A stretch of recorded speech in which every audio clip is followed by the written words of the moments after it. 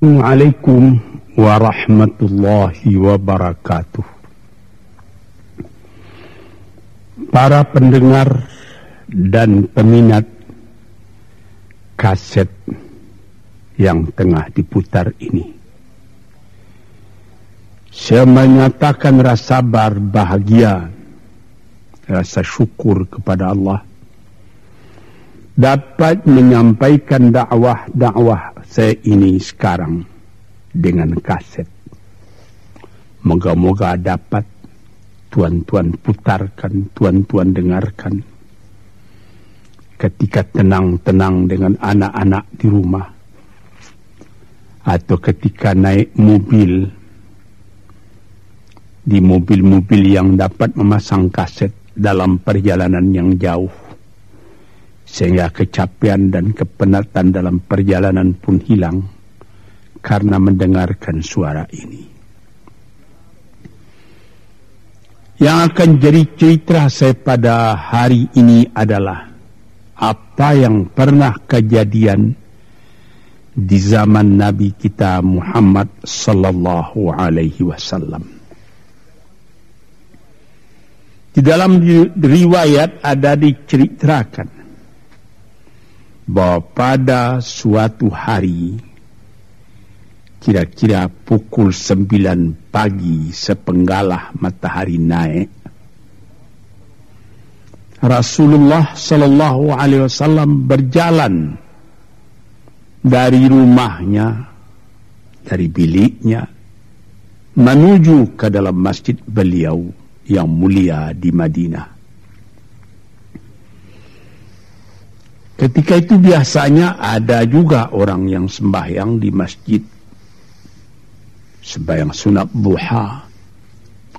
Tapi umumnya masyarakat sudah keluar dari rumahnya pagi-pagi, bekerja menurut bidang masing-masing. Yang pergi bertani, yang pergi berniaga, yang pergi mengembalakan unta atau kambingnya.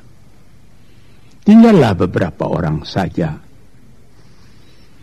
Beliau lihat di sudut masjid ada satu orang pemuda sedang duduk tafakkur termenung.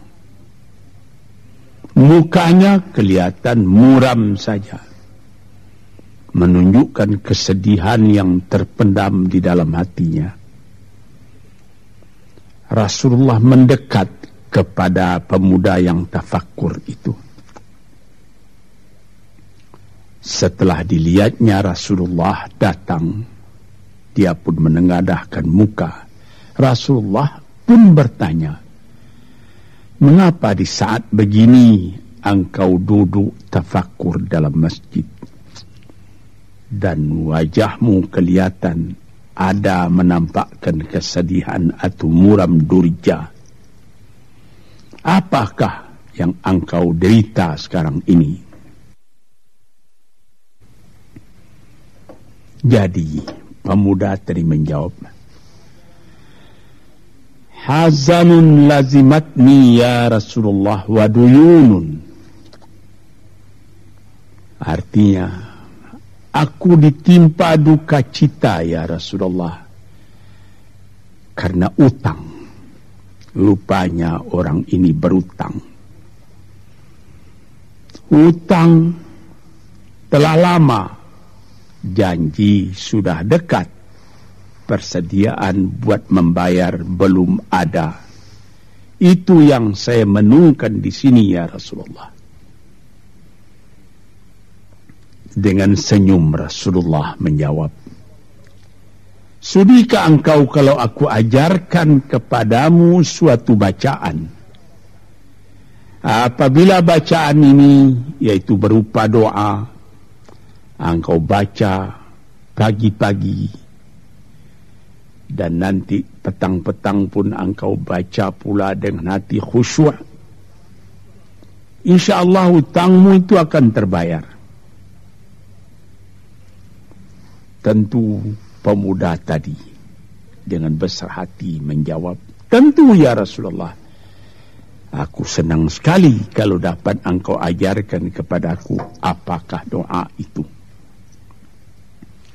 Lalu Rasulullah membacakan, mengajarkan kepada pemuda itu doa ini.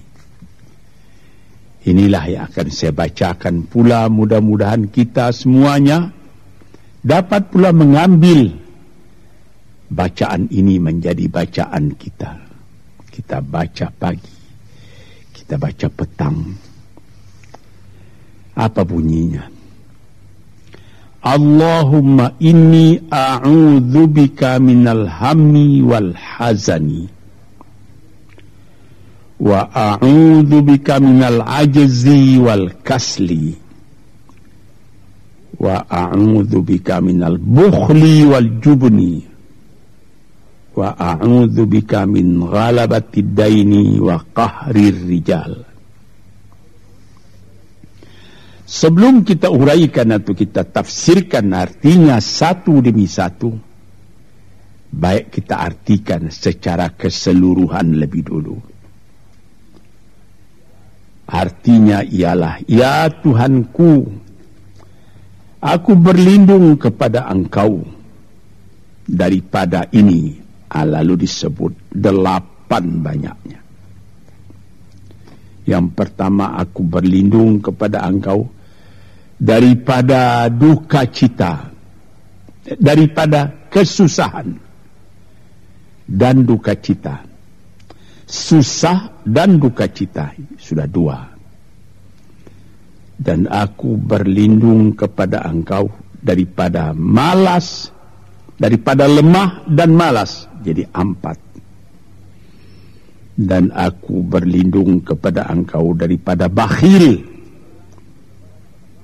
berat mengeluarkan wang, dan daripada pengecut atau penakut, sudah 6. Dan aku berlindung kepada Engkau daripada pengaruh berutang dan daripada kekuasaan orang lain atas diri kita, sehingga kita tidak mempunyai kemerdekaan pribadi lagi. Inilah 8 yang diminta kepada Tuhan. Moga-moga kita jangan diserang oleh penyakit ini.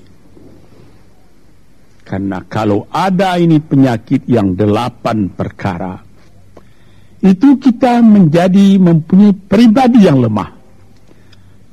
Tidak mempunyai lagi personality yang dapat tegak. Padahal dalam didikan agama kita, tempat kita takut cuma satu, yaitu Allah. Yang lain tidak ada. Yang pertama, susah. Apabila orang telah susah, pikirannya pun sudah tertumbuk. Jalan untuk maju tidak ada lagi. Padahal dalam kehidupan itu, manusia tidak akan berjalan di atas jalan yang datar saja, yang bertaburkan kembang. Kehidupan itu mendaki, menurun, melereng, berenang, melewati ombak dan gelombang.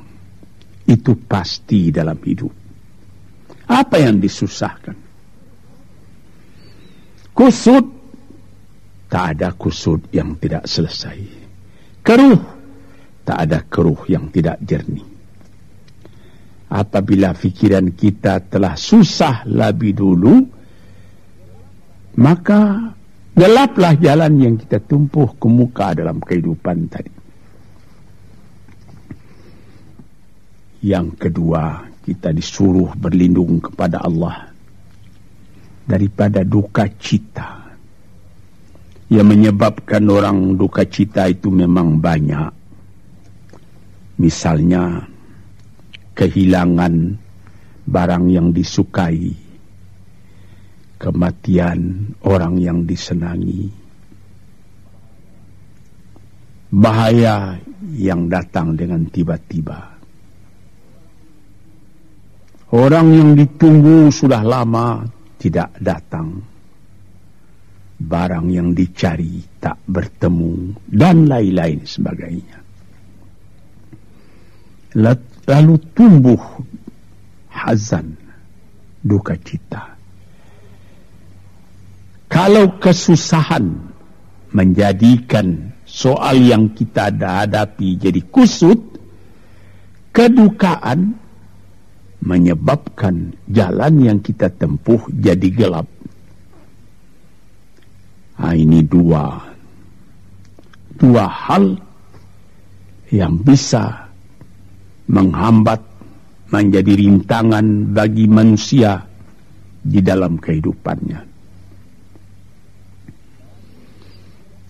Lalu yang ketiga, aku berlindung kepada Engkau ya Allah minal ajaz. Lemah. Lemah apa? Lemah fikiran. Tidak ada energi lagi. Tidak ada inisiatif lagi. Menyerah saja. Lemah. Belum dihadapi suatu soal, hati lebih dulu sudah lemah. Merasa itu soal terlalu besar. Padahal kalau dihadapi, tidak ada kusut yang tidak terselesaikan, tidak ada keruh yang tidak terjernihkan. Yang lebih berbahaya lagi, yang keempat, apa? Malas. Kalau sudah malas, apa yang akan dikerjakan lagi? Kita duduk saja termenung-menung dalam kemalasan. Lalu angan-angan banyak, cita-cita mati. Angan-angan hendak terbang, padahal sayap tidak ada. Angan-angan hendak mempunyai ini, hendak mempunyai itu, hendak mempunyai Mercedes-Benz, hendak mempunyai rumah besar. Tapi ikhtiar tidak ada. Sebab itu ada pepatah dari orang tua-tua kita di zaman dulu. Dikatakannya, mati, ini di zaman penjajahan dulu ini. Mati Belanda karena pangkat, katanya. Mati Cina karena kaya, katanya. Mati Keling karena makanan, katanya. Mati Melayu atau Indonesia karena angan-angan. Ini dia. Angan-angan karena malas saja, berangan-angan. Tapi malas.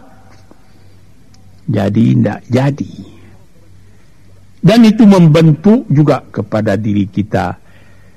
Orang pemalas itu jalannya lunglai saja. Matanya muram saja. Tak jauh dia memandang. Ini penyakit. Itu 4 penyakit. Lantas dikatakannya lagi yang nomor 5 dan nomor 6. Wa a'udzubika minal bukhli wal jubni. Dan aku berlindung kepada Engkau daripada bakhil dan pengecut. Ini lebih berbahaya lagi. Dikumpul-kumpulnya harta banyak-banyak.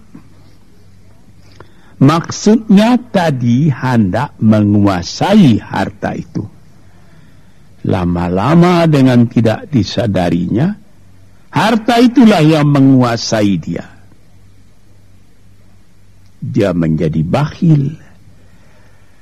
Siang malam tidak ada kesenangan, cuma sibuk cari uang.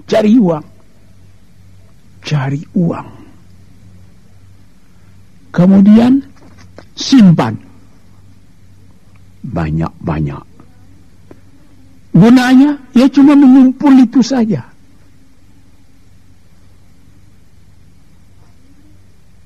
Akhirnya berapa banyaknya orang yang mengumpul harta banyak-banyak, faidahnya tidak didapatnya.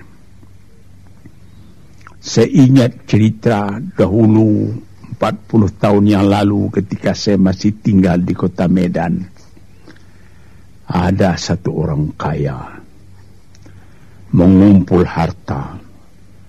Terkenal dia kaya di Medan, beberapa buah rumah, puluhan rumah yang dipersewakannya. Dan ada lagi harta-harta yang lain. Dia berjalan di jalan raya kota Medan itu dengan jalan kaki pakai payung satu. Padahal orang sudah mulai membeli mobil. Entah Cadillac lah, entah Chevrolet lah. Model-model yang terkenal sebelum perang. Anaknya mengambil faidah dari kekayaan ayahnya. Dia beli mobil dengan uang ayahnya.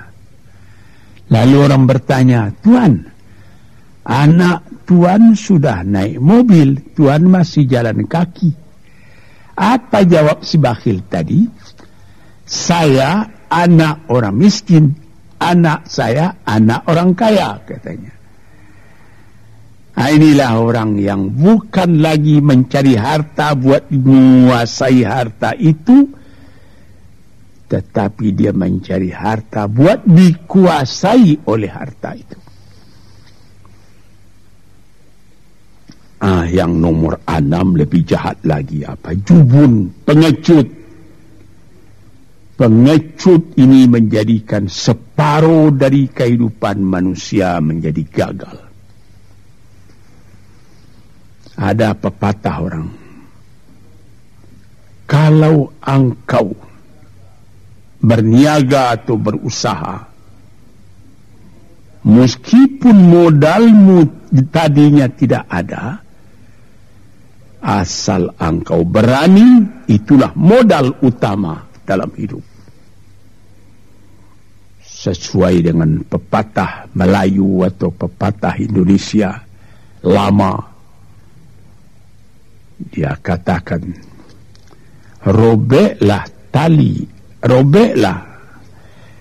putuslah tali layang-layang, robek kertas tentang bingkai. Hidup jangan mengepalang, tidak kaya berani pakai. Hidup jangan mengepalang, tanggung-tanggung jangan. Tidak kaya berani pakai. Keberanian itu adalah modal. Sebab itu kalau orang rugi berniaga, itu belum rugi.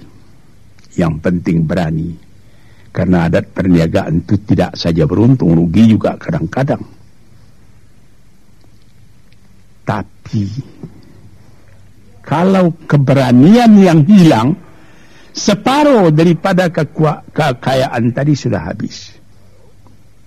Walaupun masih banyak ada, tapi keberanian tidak ada, separuh sudah habis. Akhirnya, walaupun kekayaan besar, tapi kepercayaan hilang, itu namanya habis, tidak ada lagi. Walaupun berjuta yang tinggal dalam tangan, tapi orang tidak percaya.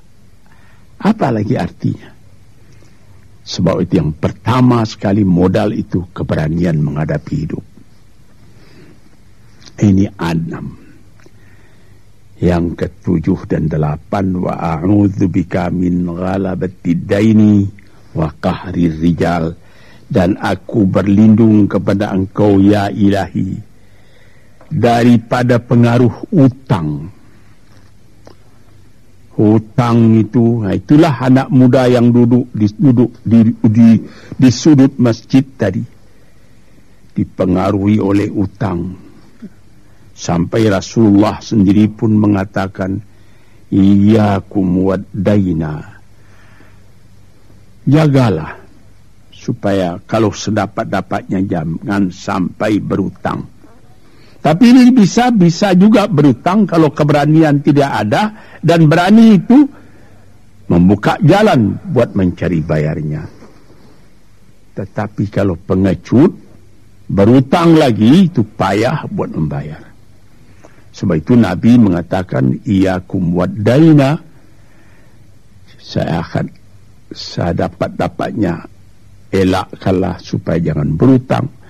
Fa'innahu hammun bil-laili wa mazallatun fin-nahari. Hutang itu susah pada malam hari, Mata tidak mau tidur dengan apa timbangan hutang tadi, berapa utang, berapa yang akan diterima, sehingga mata tidak mau tidur malam itu memikirkan hutang.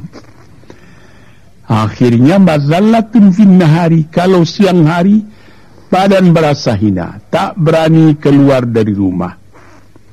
Kota Jakarta yang begitu besar, bersilang siur, jalan-jalan raya, jalan Tamrin, Diponegoro, Imam Bonjol, Cut Mutia, dan lain-lain nama jalan. Ada orang yang jalan itu bertambah lama, bertambah kecil jumlahnya. Kalau orang lain mempunyai 100 macam jalan, dia paling tinggi cuma 2 saja jalan yang dapat jalani. Jalan dari rumahnya ke tempat yang tertentu. Ke lain dia tidak berani. Kenapa? Karena ada tempat dia berutang.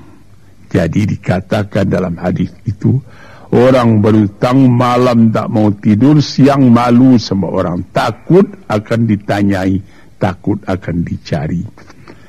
Ataupun dia berbenam di rumah, datang orang menunggu piutang. Dia bilangkan kepada pembantunya atau kepada anaknya, katakan bapak tidak di rumah. Anak yang tolol atau pembantu yang tolol menjawab, mana bapak? Dia suruh bilangkan bahwa bapak tidak ada di rumah. Kata anak tadi, bertambah susah.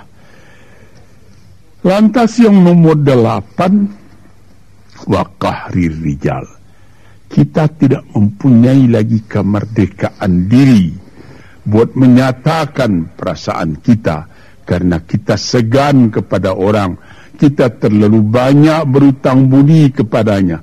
Kita terlalu banyak mendapat hadiah daripadanya. Kita terlalu banyak dan lain-lain, sehingga mulut kita jadi tertutup, tak dapat bercakap lagi, ditekan oleh hutang budi kepada orang tadi.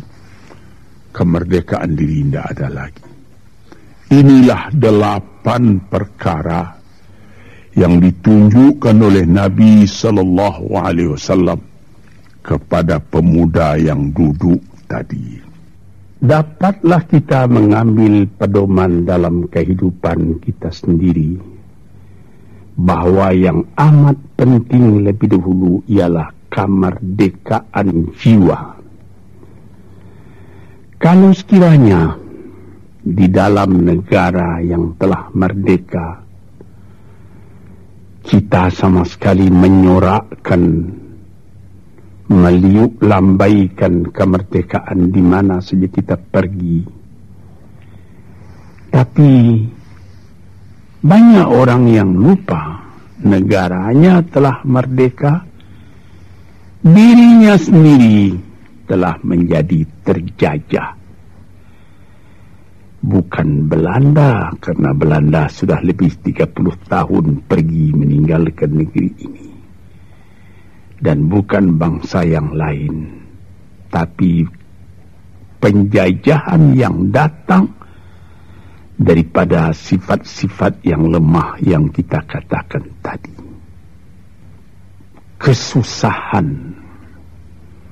Kalau kesusahan kita perturutkan, jalan yang kita tempuh menjadi buntu. Kita tak tahu lagi kemana akan pergi. Susah. Pagi susah, malam susah.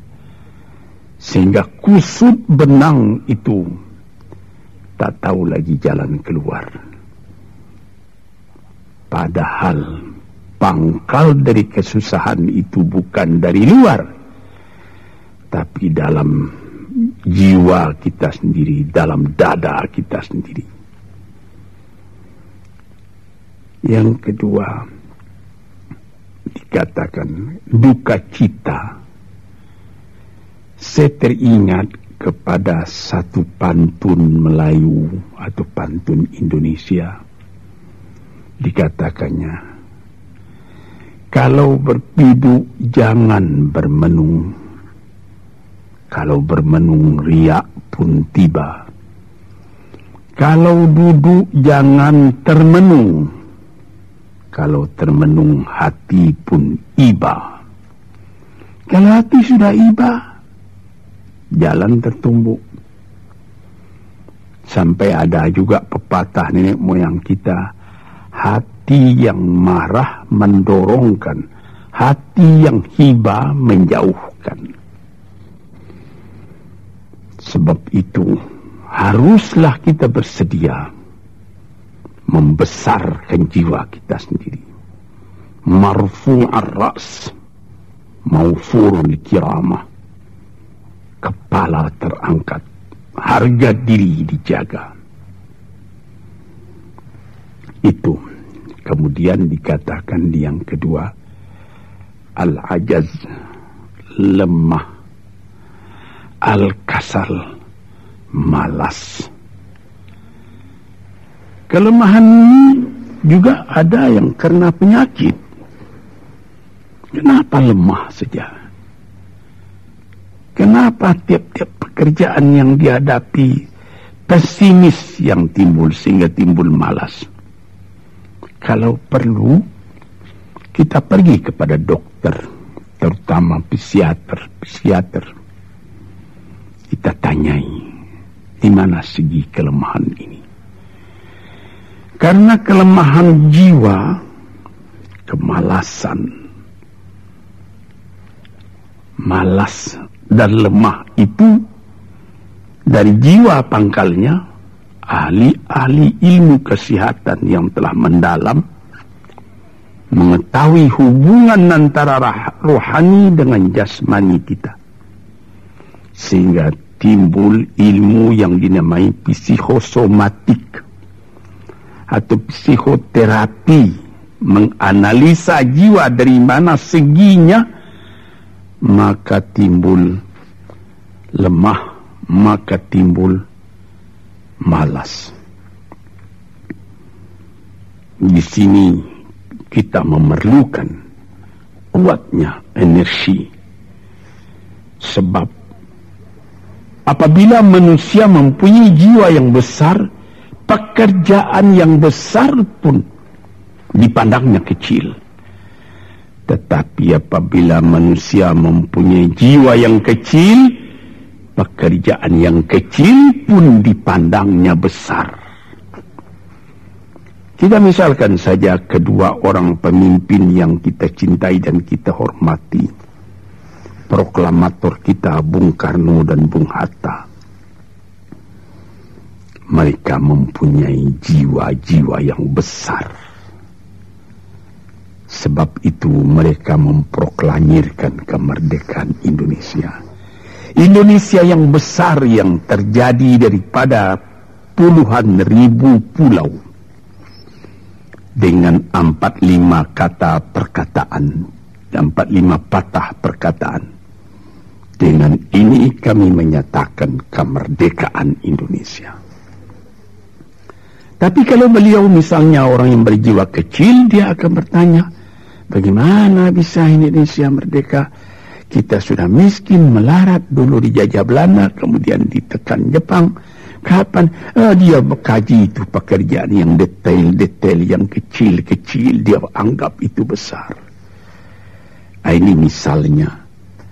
Maka orang-orang yang ajaz, yang lemah, atau yang kasar, yang pengecut, yang pemalas, tidak dapat mengerjakan pekerjaan yang besar-besar. Kemudian yang kelima, dan keadaan wa'a'udzubika minal bukhli, aku berlindung kepada engkau daripada bakhil, menerima mau banyak-banyak, mengeluarkan paling sedikit. Dia anggap, sebagaimana saya katakan tadinya dia menguasai harta. Akhirnya dengan tidak disadarinya, dia yang dikuasai oleh harta. Akhirnya orang yang begini kerjanya cuma mengumpul-ngumpul harta saja. Kumpulkan harta banyak-banyak, kemudian Tuhan memanggilnya kembali ke akhirat, mati, tidak ada harta tadi yang dibawanya. Tinggal menjadi perselisihan di antara anak dan cucu. Di hari-hari yang pertama, anak tadi menangis. Ayahnya telah mati. Tapi di hari yang kedua dan ketiga, dia tidak menangis lagi. Dia berpikir, di mana kunci ditaruh ayah? Di mana simpanan ayah? Berapa peninggalan ayah? Lalu dia berkelahi. Anak tadi. Nah ini, karena si ayah tadi bukhul, bakhil. Nikmatnya orang lain yang merasai, dia sendiri sengsara diperintah oleh hartanya itu. Apatah lagi yang keenam, jubun, pengecut. Dia berjalan malam hari. Kelihatannya olehnya pohon kayu bergerak-gerak. Disangkanya itu hantu. Dia lari terus, bertambah lari, bertambah takut. Akhirnya dia pingsan karena sudah lari itu. Dilihat tidak ada apa-apa oleh orang yang berani. Ini orang yang gagal di dalam perjalanan hidupnya. Karena penakutnya, karena pengecutnya itu. Padahal di dalam keterangan agama sendiri, orang-orang yang beriman kepada Allah dikatakan la tahinu wa la ta'zanu wa antumul a'launa in kuntum mu'minin.